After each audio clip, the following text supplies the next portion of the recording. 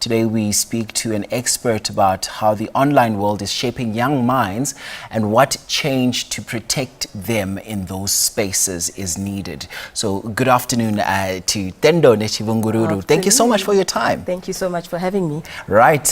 So we see how the era of technology and the digital world is turning us into one big happy global village, right? But also there are disadvantages to that.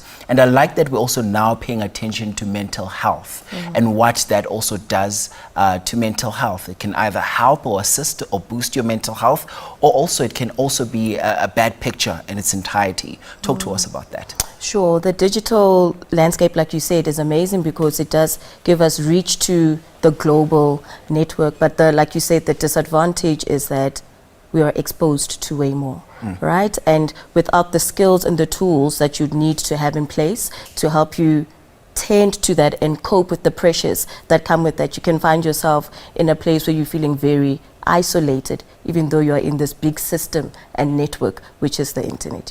Yeah, and just how can the digital space contribute to a person having mental issues?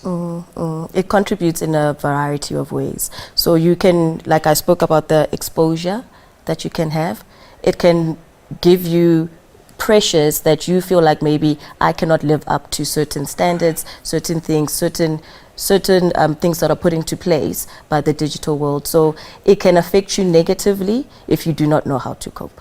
And here's the thing, the G20 community has also placed an emphasis on this and the importance of mental health.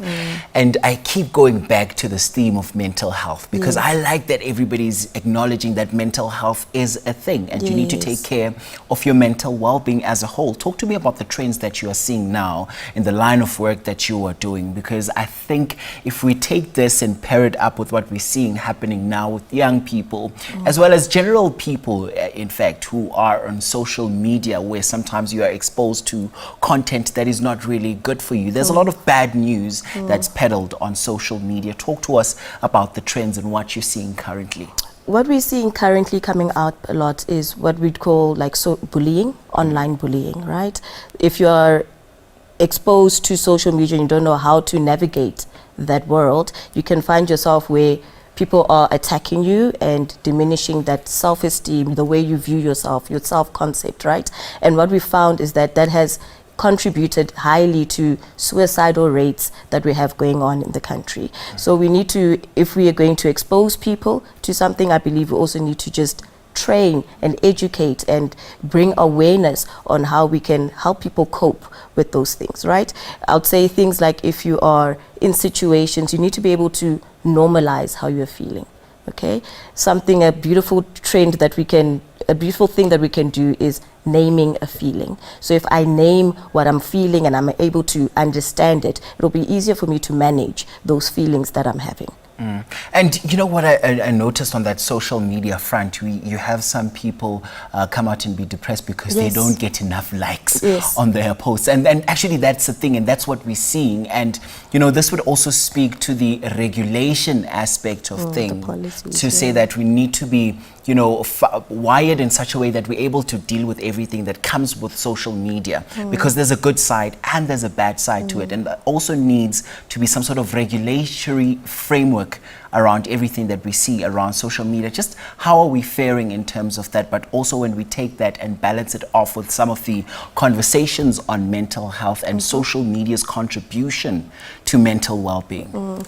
I do not think there's enough, like you said, regulation that has gone into it. I feel like we could focus on policies and focus on those like large-scale mental health campaigns that will educate people and show us how to deal with those pressures that do come with being exposed to social media. We keep coming back to the two sides of a coin. It's an amazing thing, but at the other side of the coin, it can be detrimental to your health. It can affect your relationships. It can affect education. It can affect you in workplace. It can affect you in every system that you live in. And I think for us, we need to be focusing on those policies? How do we manage what's going on? How do we regulate and take note of everything that is happening in that social media space? Yeah, and the nice thing about it all is that we're seeing the social summit that is also currently unfolding now, which brings in various members of civil society who have come there, you know, to lay bare some of their concerns as well as some of their issues as well that will be taken forward, which we'll be seeing in the form of those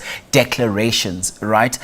Talk to us about just how are we faring as South Africa, particularly when it comes to mental health, and how we, you know, taking it seriously perhaps at this particular point in time, because I did mention when we started the conversation that we're seeing a thing, that we're seeing people even take leave from work to say, hey, I need to focus on my mental health. I need to realign so I'm able to come back and pour back into this cup. I would say there's room for improvement. Yeah. There's a lot of growth that can be done in terms of taking it seriously, right? So if we look, for example, at the impact that mental health has, and we compare it, for example, with the funding that we have that goes into mental health, we realize that we're actually underfunded. What that communicates to me is that maybe this is something, it's an issue that we are not taking very seriously at a national or global level. So I would say there's definitely room for improvement in our South African landscape to just hone in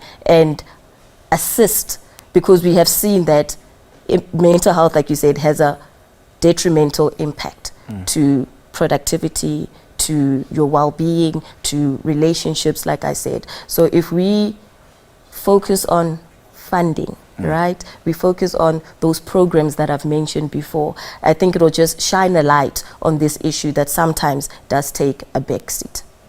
Yeah, and we're seeing the international community now that is gathered, you know, to, you know, sort of like amplify some of these problems that we're seeing on a global scale, and mental health also being one of them, which is exactly why we decided to also focus on it as a program today.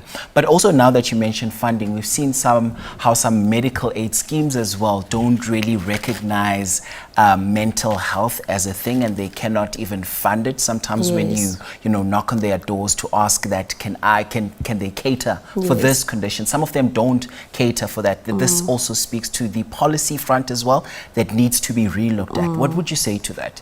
I'd agree with what you said, and I think it matters because of the way we think about it. It feels like it can be mental health is a issue that affects a select few, when in fact it's something that affects everybody, right? Regardless of your background, regardless of where you are situated in life. So I feel like we need to be able to bring the mental health conversation to everyone. If it's implementing it in our school levels, let's do that. If it's implementing it in our workplaces, let's do that. If it's implementing it in emergency situations in the health system, let's do that as well, instead of thinking of it as a thing that affects a select few people, because that actually is not the case. And we also heard some of those conversations come out at the mental health conference, which took place in the east of Johannesburg, if I'm not mistaken.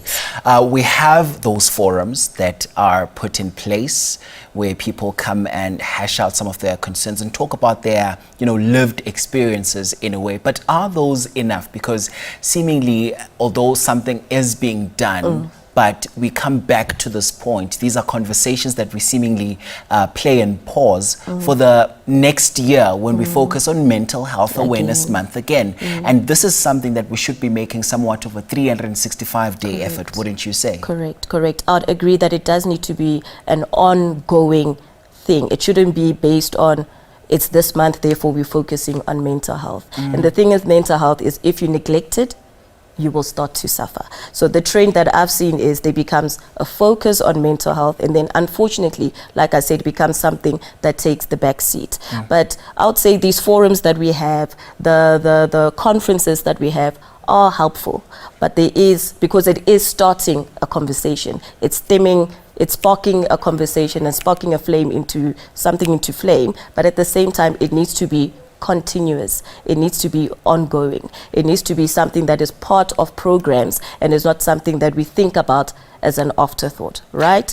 Yeah. And starting the conversation actually starts with also peeling off the many layers which also start with stigma around mental health. We still see this in our communities where mental health is highly stigmatized, where you'd have these conversations come into the fore, where you have maybe when someone starts to display symptoms of having some sort of a mental condition, the first point of reference in African families, I'll say it loosely, is "Bawuloyile," you've been bewitched. And those are some of the conversations that are doing the rounds in our communities, just in terms of myth busting around mental health.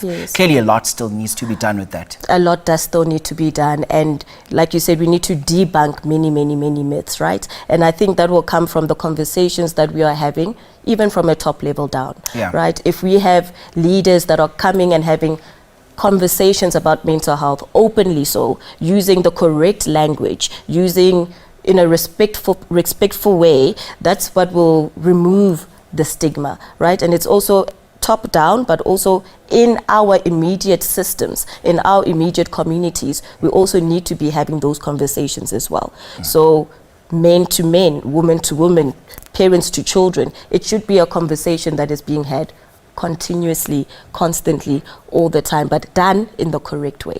Because what does add stigma is the judgment that people put when they are having those conversations. And what's the worst case scenario you've ever seen within the line of work that you do? Talk to us about that. And how did you navigate it? In terms of the conditions that some people present with. All right. Some of the worst case scenarios that come to mind, I would say mental health affecting children, right? And because of the system you are brought up in, because of where you are, that can affect you in an extremely negative way. We've seen children act in ways that they should not be because of what they've seen their caregivers or people surrounding them do. So it's situations that affect their relationships. They end up not being exposed to the systems that they have to be, education, exposed to just normal physical needs that they have. And the biggest thing I see is their rights are being taken away from them as well.